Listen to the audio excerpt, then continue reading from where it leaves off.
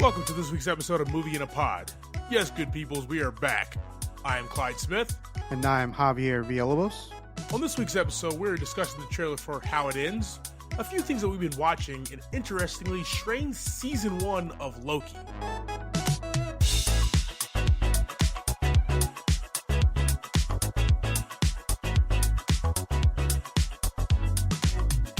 right, JV, how was your break, man? How was your July break? Yeah, it was a long one. Longest break I've ever had on a job. Say that. Like, we gave each other, 3 weeks, right? Yeah. Yeah. Whew. I know what to do myself. Yeah, man. So let's talk what we've been watching lately, right? Mm-hmm. What have you been watching that you want to talk about? Well, obviously, I've been watching Loki. That's really the only newest show I've been watching. What about any like movies or anything? Well, we saw Black Widow, Fire. F9. I watched Space Jam that just dropped. Ooh, how was Space Jam? There was interesting parts of the movie. I mean, it wasn't like a really heavily remade from the original Space Jam. Yeah. The way they put it together was a lot different, I felt like. Okay. Now, I think that being said, if it wasn't for Don Cheadle being in the movie, okay, I don't know how it would have went. I think he was the all-star of the whole thing. You're saying that Don Cheadle stole the show? I think Don Cheadle stole the show. Yes, sir. Good deal. So yeah, we went to go see Fast 9, and we're 9 movies in, 1 spinoff. We're getting more of these movies, and I don't know what else these guys can do. They're going to the moon, man. they're gonna race. They're gonna race on the moon next. They're gonna hook up with Elon Musk. Clearly, and they're going to the moon. That's the only next step. I don't see any other path forward here. I mean, they could go deep into the ocean, I guess. Would be the only other place they haven't explored, really. But very, very true. Very true. So I guess we'll just definitely have to see there. Some of the best stunts, by the way, since the first one. Just crazy, man. Just crazy. And they up the game every time. But yeah, what I really want to talk about is a good movie that we went to go see, man. Let's talk about Black Widow for a second. We're not going to take too much time here. Go see Black Widow in theaters. It's out. It's amazing. It's so good. Javi, what were your quick thoughts, man? Action, man. This whole movie was action. Yeah. And it was good change of pace from everything. I mean, it was hand-to-hand combat. I mean, the only person that really had powers was the Red Guardian, right? Yeah. I mean, he was a super soldier, but everybody else is, with Scarlet Joe and Florence, they're just whipping ass the whole movie. It was fantastic. Guys, I'm just going to say it. We talked about this trailer in season 1, middle of season 1. I don't know. Go listen to it. Go find it. You know what we'll do is we'll drop it right here.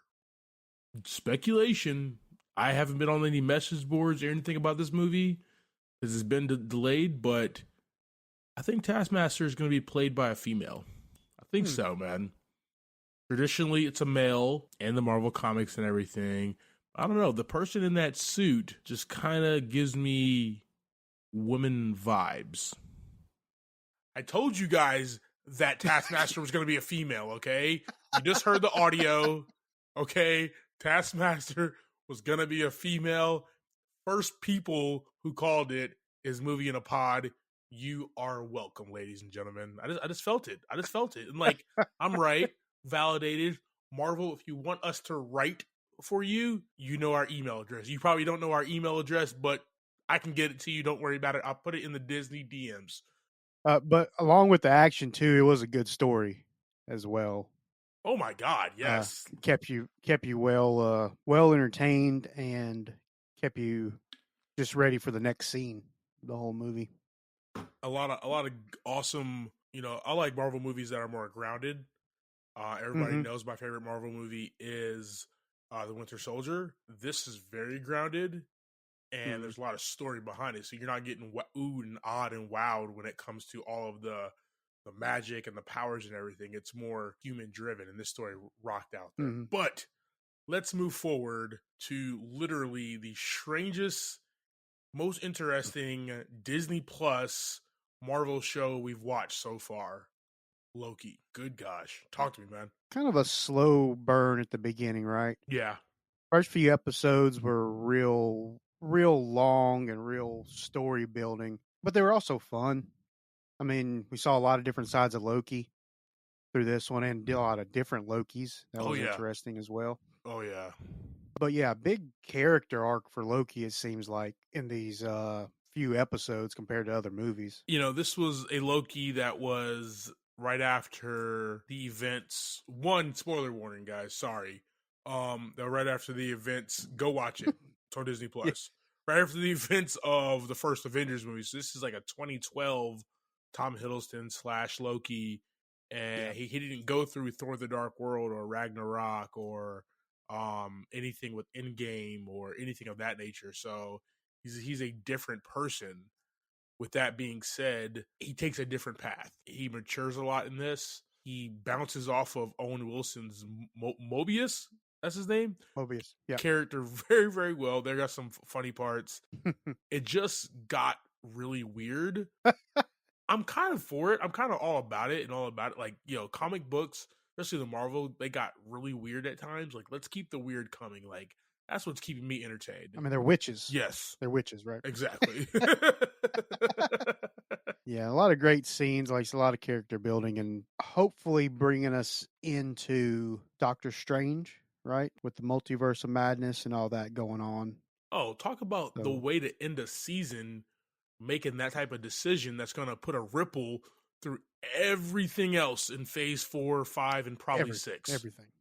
Good. I'm excited about it, man. I am super excited about it. Yeah, open to so many more movies. And I think we have our main villain from this. You got to watch it. If you haven't watched Loki yet, highly recommend. If you're a Marvel fan, if you love this stuff, Loki is game-changing for the Marvel Cinematic Universe. Didn't know it was going to happen like this, but it knocked it out the park. Yeah, great follow-up to WandaVision and Falcon the Winter Soldier. Let's talk about our trailer that I sent you, man. How it ends. Kind of a interesting take on the end of the world premise, right? Yeah, so I didn't quite pick this up. I don't know if you did. Is it saying that the end of the world is coming, or is it saying that this woman believes it is coming? Oh, from the trailer, what I picked up is the end. Everybody knows that the end of the world is it's like their last day and night. Because they're kind of joking about it, right? Like how it's gonna end and all this stuff, right? Yeah, yes. And she says, "Oh, you're gonna explode like everybody else." Yep. All right, I got you. Yeah, I kind of picked up on that, but I just wasn't sure. Like, is that where it was going or not? Yeah, man. This is more of a like an indie type film, is what it looks like. Yeah. She's also Zoe Lister. Her name is slipping my mind. I apologize. But she Zoe Lister Jones, Mrs. Jones. I've seen her in a few things before. She's fabulous. She was actually a New Girl. Oh yeah, so she definitely has some acting chops. Really enjoy her. I think her writing and directing of this movie, once again, it's different. It's the end of the world. It's a comedy. It's her trying to find herself on the last day of Earth and make amends. And I love, like, my favorite thing about this trailer is the say anything vibe with the messed up, beat up boombox, and then the ex-boyfriend is trying to make amends. And then it's my man Lamorne Morris, right? Like, I think this is gonna be an interesting flick, man. It's gonna be a different take on nothing coming out of that boombox. Definitely trying though, man. Definitely trying. Yeah. So we'll have to add that one to the list.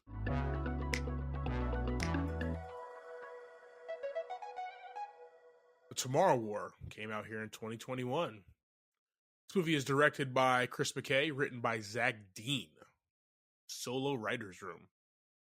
It had a budget of $200 million.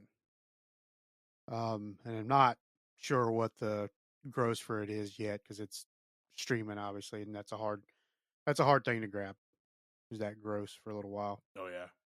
Starring in this movie is a pretty solid cast, pretty small main character cast. We got Chris Pratt as James Daniel Forrester, a biology teacher and a former Green Beret. Yvonne Strahovski as Colonel Murray Forrester, his adult daughter. Kiera Armstrong as young Mary Forrester. J.K. Simmons as James Daniel Forrester Sr., that's Dan's dad. Betty Gilpin as Emily Forrester, Dan's wife. Funny Sam Richardson as Charlie. And Yeah, Edwin Hodge as Dorian. You'll find out he's cancer stricken, so he's just doing these tours over and over just to do them at this point. awesome. All right, so JV, like you so eloquently do each and every week, man, give us a quick synopsis of this movie. Yeah, this one's pretty straightforward, man. We got an alien enemy in the future that needs to be stopped for the sake of humanity. So humans from future come back in time to get help from the current time to fight back against this threat. Good deal.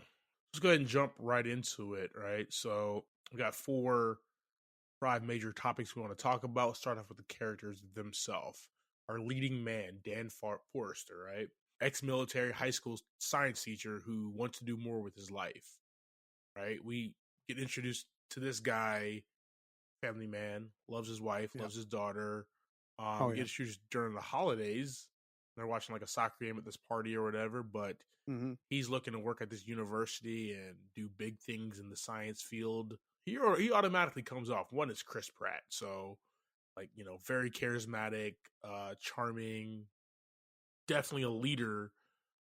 Is what he kind of gives off, and just Chris Pratt, man, he just brings that extra Yeah. energy to everything that he does. Yeah. We see a few sides to his personality at the beginning of the movie. Yeah. Like you said, we see him as, so excited, happy to see his daughter and his wife. Then we see the sad side of him when we get into the plot of the movie, because obviously he doesn't get this job he's trying to get. Yeah, So we see him sad, we see him get down, and then we go into the military. Dan Forrester. Once we move towards moving into the future and fighting this war. yeah, this guy's working at the forefront of the resistance against these alien beings. It's like he's riding a bike. His military tactics and Yeah, style and everything just kicks right back in. He's his ultimate badass. Like he's Star Lord yeah, again, you know. yeah. As soon as he gets strapped up and gets all his gear on, it's all back to business at that time. Oh yeah. So he's an interesting character, and we follow him throughout the entire movie. We watched the movie through his eyes. He brings some cool dialogue here as a father, as a family man. He also brings just his funniness of being in the field with the other guys, but that leadership Yeah. quality is really what drives him throughout this entire movie. So let's jump over here to James Forrester, his father. Yeah. J.K. Simmons. yeah, yeah. Let's take that I big mean, leap, right? everybody's talking about Chris Pratt and him looking good. I mean, J.K. Simmons was jacked. I feel like he, Jeez. he was so big for the Justice League movie. He got stout for that. He got even more jacked for this one, man. Like he at least had his pythons out in this movie, bro. Yeah. It was crazy big.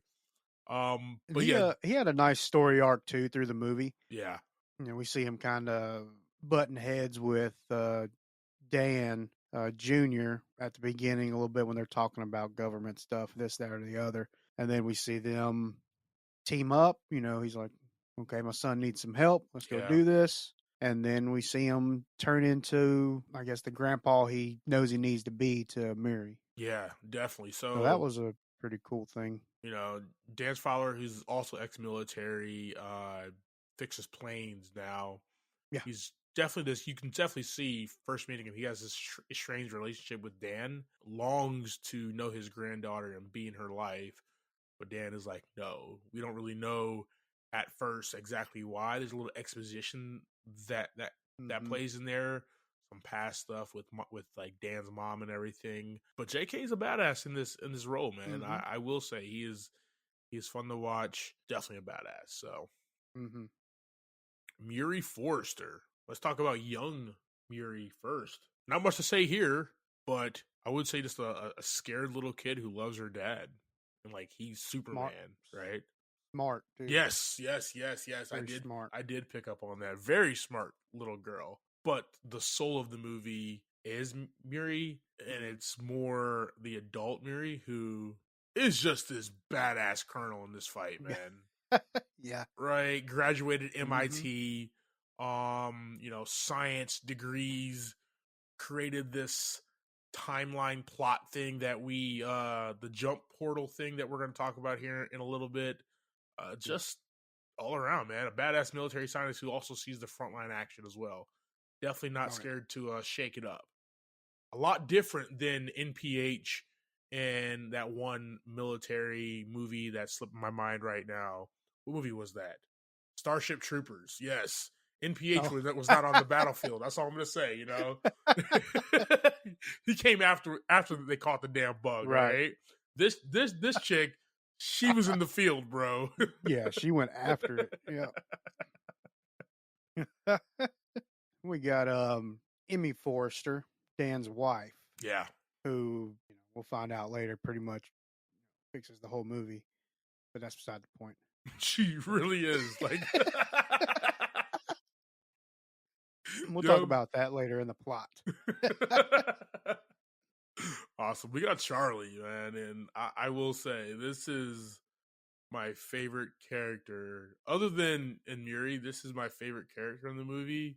This guy is the total opposite of Dan. He has absolutely no business of being jumped to the future to fight these damn things, right?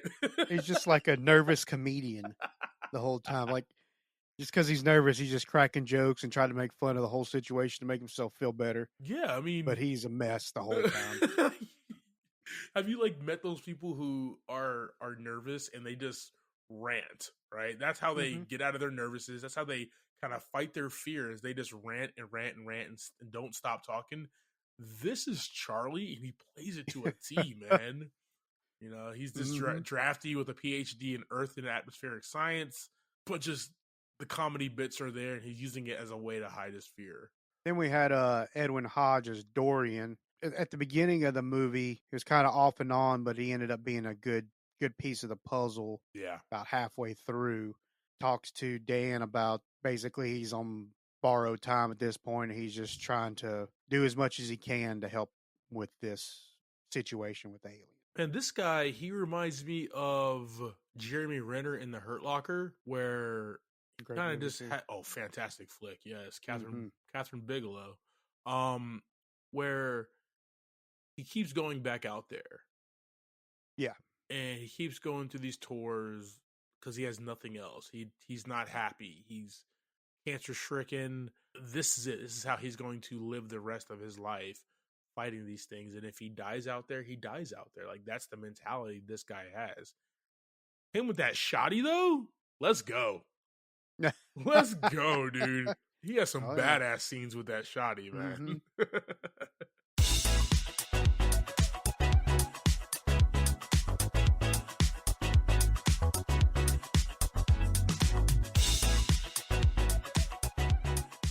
Movie theaters are back open, and I've been using my Regal Unlimited Pass to see literally everything on the planet. I walked in there and ready to get my normal order, large popcorn and a large cherry Coke. One of the amazing crew members at the Starlight Cinema here in Charlotte stated they no longer carry Coke products, but now only carry Pepsi products. All right, well, Regal, there was one free promotion for you, so just hit us up for the next one. Definitely. But anyways, just curious about where you're going with the whole Coke Pepsi situation. I mean, I get it. They now serve Pepsi, but they don't even have wild cherry Pepsi, man. That is literally my jam every time I go to the movies. Large popcorn, large cherry flavored cola. It's just sad, and it's messing up my whole movie going experience, man. Javi, this is really messing with me, man. What is your go-to at the movie theater concessions? I stick with the large popcorn, and usually go for root beer. Oh, there's always a root beer. I mean, one brand or the other. And a box. I don't want to have the bag, but a box of Sour Patch Kids if I'm feeling adventurous that day. Nice. So interesting, right? And that's I'm not a real like sweets guy at the movie outside of my cherry Coke, but I had a buddy in college who would put Reese's Pieces and M&Ms in his popcorn and go to town. He said it was this crazy mix of salt and sweet and chocolate and peanut butter. It was just entirely too much stuff going on, and I don't share popcorn with people anyway, unless you're my wife. So, you know. So you can share that large number one combo if I'm ever a little low in my pockets. No, okay, that's fine. And as always, we like to hear from our listeners as well and see what you guys enjoy at the theater. And you can contact us on our socials. Yeah, guys, you can always find us and communicate with us on Facebook at Movie in a Pod, on Twitter and Instagram at @Movie in a Pod.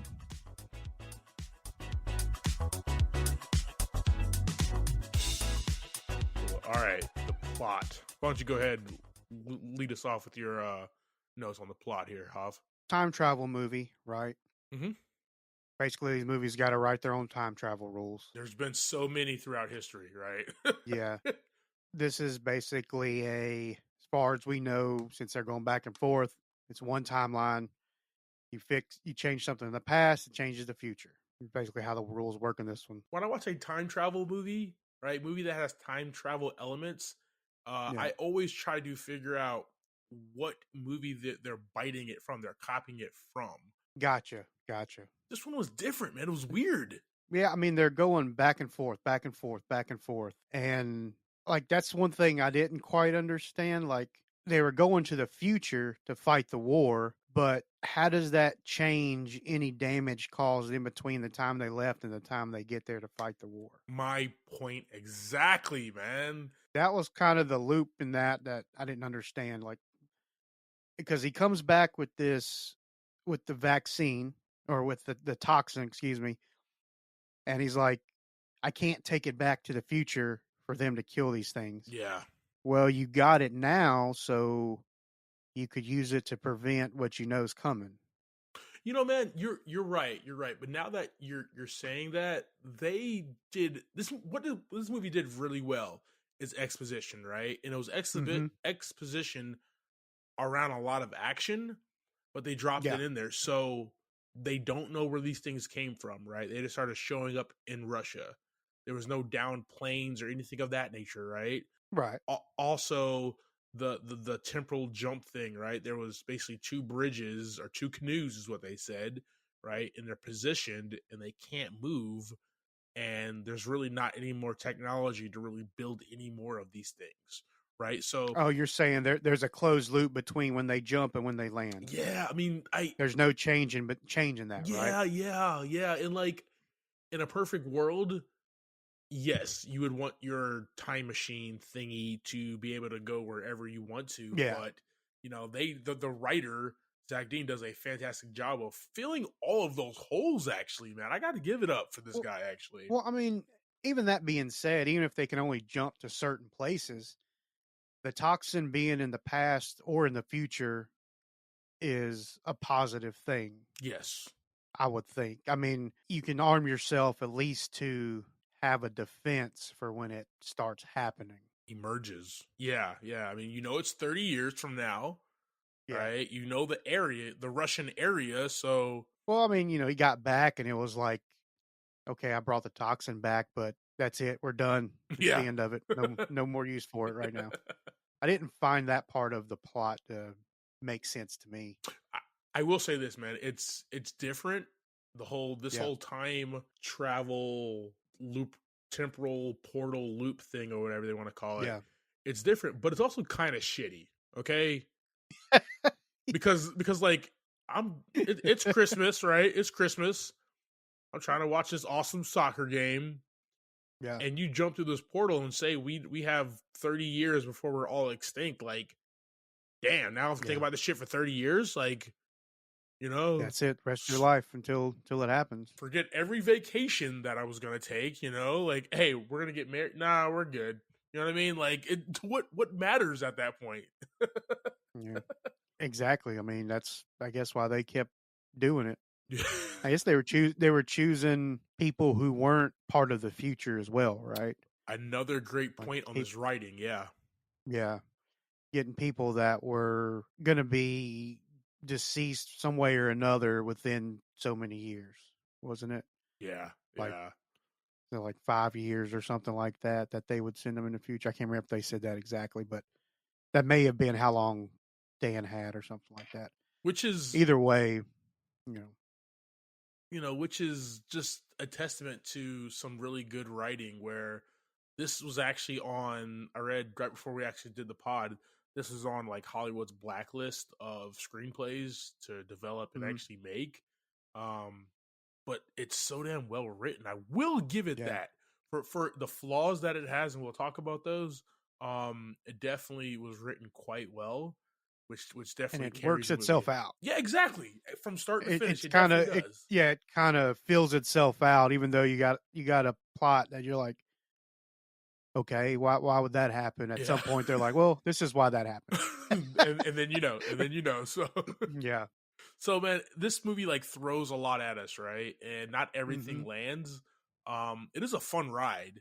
This movie's yeah, taking this long. I do have to say this. This is, for me, this is Back to the Future mixed with Aliens, mixed with Black Hawk Down with a splash of Call of Duty, man. This is what this movie is, right? And yeah, that's not saying that he's copying all these great franchises and different stuff, what in all these movies or whatever. What this writer did was just combine is what it seems like the best of the best and yeah, put it into this movie and wrap it in this family man wants to do great for himself type thing. I thoroughly yeah. enjoyed it, man. So So two things that I'm gonna bring up.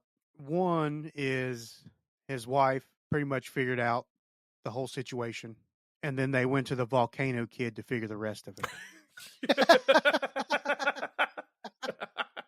what does he want to talk about, class? Volcanoes. volcanoes. What you get is another, why did they talk about this? Why was this kid that was a volcano expert any relevance at the beginning of the movie? Exactly right. And then it just wraps back around to this kid telling him where to go. Everything is literally connected. Even when he Yeah, was digging with his daughter, remember that? Like that, it's just like that little thing right there. This shouldn't be dug. It shouldn't be this deep, right? It shouldn't be this shallow. This right. this chord.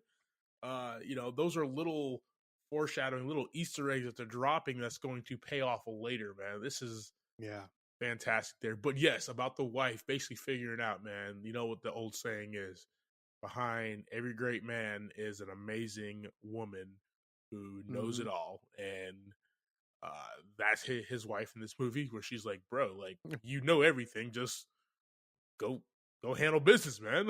yeah, yeah, exactly. All right, so let's talk about a new topic this season. I kind of want to dive into, man, which talks about more about the budget, but the set pieces, right? Yeah, You can definitely tell they used all 200 million on this flick, right? Not a yeah, penny was spared. Um, you have like current time wherever the hell they're living in the world. I guess California. hmm But really the first real set piece that I enjoyed was that desolate looking, savage, beautiful, and terrifying Miami, right? Like Miami's this gorgeous city, and this place just looked desolate and terrifying hmm and scary, man. And it's just like raining when they get there yeah, to put you in the mood. Like, I don't want to be here. hmm So then, we have, what is it like? I liked how the beach scenes looked. They looked really, really dope and just hmm beautiful and lush, and I want to be there. But at the same exact time, like, remember when they stopped the Humvee? They were out there talking, and she shoots hmm the flare or whatever. Didn't we see earlier that those things were running up and down the beach? Like, why would? yeah. I That's another right, right. not gonna worry about it thing. as soon as they stop driving, I'm like, why would you? It was a beautiful, emotional scene, and you just kind of let that go. I was thinking the same thing. I'm like, how are they just by themselves? There's nothing follow them at all. There was 8 million of those things out there, Thank you, thank you, thank you. but like I said, That beach is gorgeous, though. That beach is gorgeous, it man. was beautiful, but it was just a nice, like I said, emotional scene that you don't think about it until like right now. Really, Yeah. after the scene's over, you're like, where the hell are all those aliens at? I'm trying to figure that out. And I was thinking, oh, maybe they don't like the water or something. But then I'm like, well, they just saw them like swimming and stuff just a little while ago. Exactly. A few So, minutes swimming. later, these bad boys are swimming, right? Um. Well, they were swimming before that Oh, that's right. That's right. They were in the water. Yeah. when they were in the helicopter and they were just going through the water and through all the swamp and stuff there, whatever it was. I am not messing with these things, man. No.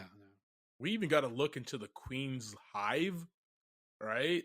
Yes. Now that was interesting, right? This is cold, cramped place where you really just don't want to be at all. Yeah, it's just basically like a rodent situation, Yeah. right? Burrow tunnels connecting other nests and stuff, but it was at the same time it was almost like a little hut too, right? Yeah.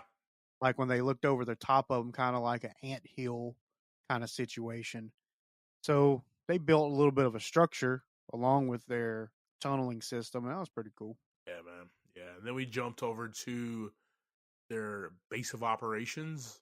Not the one at the beginning. That looked kind of boring. I'm talking about the one, the big one. Waterworld? The Waterworld one. Yes, yes, yes, yes. The Waterworld one, right? This place looked Yeah. futuristic, space age, and Yeah. reminded me out of a base from playing Halo, right? And there it goes Mhm. again. Like I'm not talking junk that he's taking all these different elements and things that the writer probably enjoys. He's just putting it in a way that it works within this movie, right? He's seen it before, Yeah. heard it before, enjoyed it, and kind of put it into this goulash of this movie and just makes it work, man. This base is fantastic, kind of tucked away in the middle of the ocean. You think nobody can get to you, but you think wrong, playa, right? Yeah. I mean, in a split second, that place was covered. Oh my gosh, yes, yes, yes. Like Yeah, you're like, they're in the water now. Now they're climbing over the walls with no problem whatsoever. that's when they were going after their queen. So yeah, Correct. Yeah, they didn't care about nothing at that point.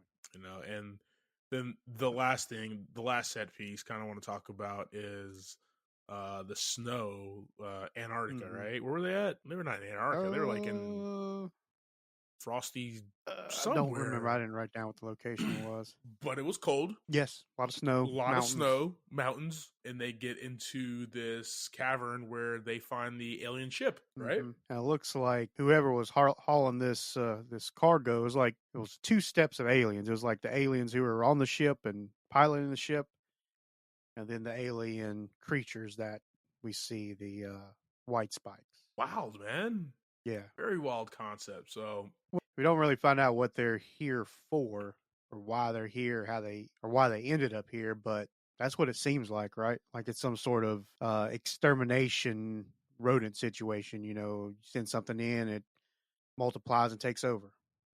just world killers, basically. Yeah, I do not like that, bro.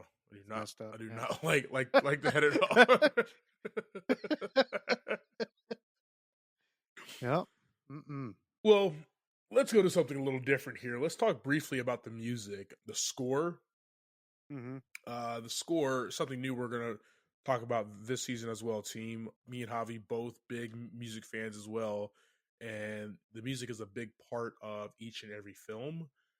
Yeah. This movie is no different, right? This music is intense. The score, it definitely has a Halo vibe to it, where there's crazy tension bursting through every single scene.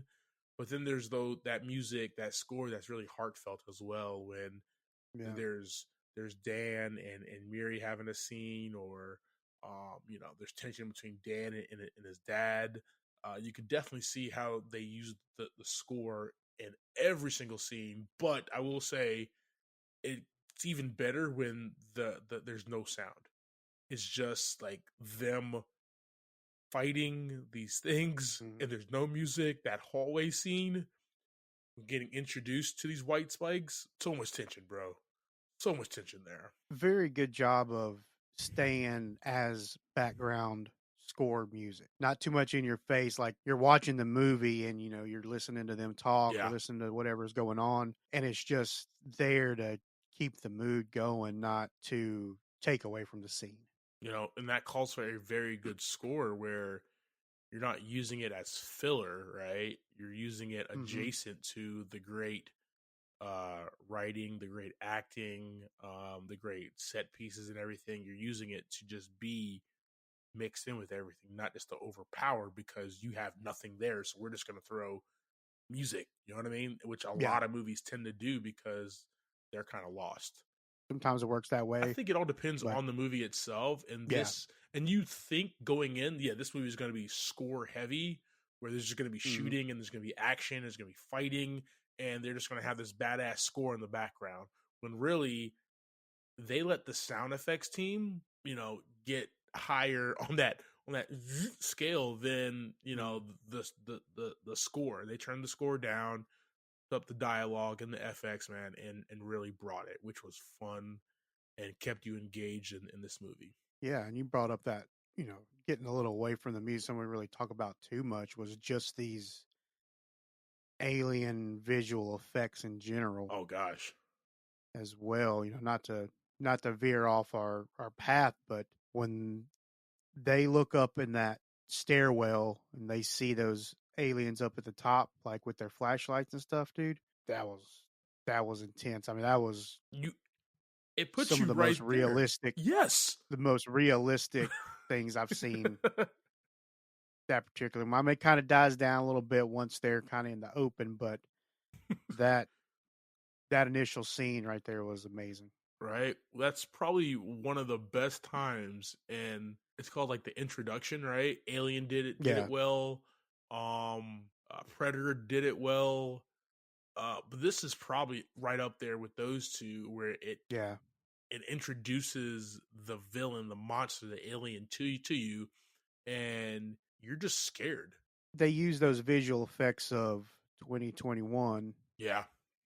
very classically, Yes. maybe Yes. Yes. Yes. Good word. not too over the top to where it looks like a cartoon or it looks like you can tell what it is. It looked almost practical. It's not. Definitely. Good deal, man. So all right, so let's our last theme here, right? Our last thing we want to talk about is the themes. So for this movie, and I did send this to you earlier, I said don't use it, but I'm gonna use it now, Javi. So I mean, it was yours. I'm not going to take it from you. Go ahead. you know, once again, Dan Forrest is the front and center of this movie. The theme is what the storytellers are really trying to tell. You can say, prepare for the future. Hmm. You can say be your best person, right? You can talk about climate change, right? You can talk about so many different things, and this movie throws a lot at us, like I said earlier. So I would say it's about knowing you can amount to more. Hmm.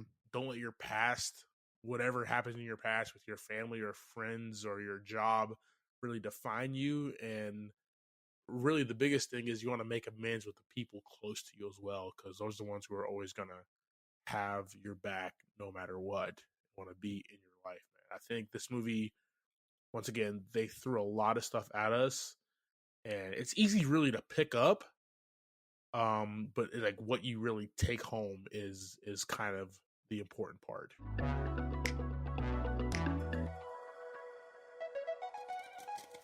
All right, JV. So that is the Tomorrow War, man. We talked about it, brought it home a little bit. What did you think, man? How many popcorns, boxes, bags, buckets of popcorn you give this thing? I'm a little rusty right now, so just bear with me. But buckets of popcorn. How many buckets of popcorn do you give it, man? I'm going to give this one a 3 out of 5 bucket. Okay, talk to me. Pretty solid movie, rewatchability. Story was good, characters were good, the aliens, the fight scenes, everything was fun. It wasn't nothing new or extravagant, that we haven't seen before, but still has rewatchability. Good deal, man. Good deal. What about you, man? I'm going to go ahead and give this 4 buckets of popcorn, man. Okay. 1, Dan Forrester, Chris Pratt, and Charlie's character, man. I like, you know me, I'm a big sucker for, like, buddy cop movies. Mm-hmm. This wasn't exactly that, but the way these two bounced off each other was very fun, right? And Charlie's character was just really awesome the entire time, and Dan was just a heartbeat. So this was emotional, man. This had emotional grasp to it. It was action-packed. The story of an everyman who thinks his life is going nowhere. It turns out to be a hero that is called to save the world. When his daughter's like, this is the game. This was the plan over us while your ass is here, right? Like, he has a purpose now. Mm-hmm. Not just to be some university bigwig scientist or whatever. He actually has a purpose to save the world, and that's just huge, man. I'll probably watch this like once or twice more, man. This is a fun movie. Mm-hmm. J.K. Simmons with those pythons, man. Come on. No kidding. Jeez, but need to get a poster. I'm going to put a poster up when I'm working out so I can use that for my motivation. It's Swole like J.K. Simmons. There you go. Anything. All right, team. Before we wrap up for the week, we wanted to let you know how we'll be picking movies and how you can help for season 2. We are picking an actor from the movie of the week and watching a movie of theirs. And you can help select the movie and get a shout out if your movie is picked. So choose an actor from our next movie and send us a message about it. Thank you for subscribing to this week's episode, Talking Through the Tomorrow War. Next week, we'll be discussing the 2001 flick, The Mexican. That is streaming on Paramount+. I am Clyde Smith. You can find me on Twitter and Instagram as I am Clyde D. Smith. I am Javier Villalobos, and you can find me on Twitter and Instagram at Mr. J8200.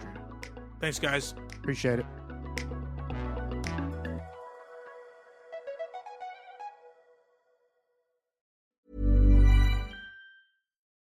Spring is calling. Weddings, patio sessions, barbecues, and you want that drink vibe without sacrificing tomorrow.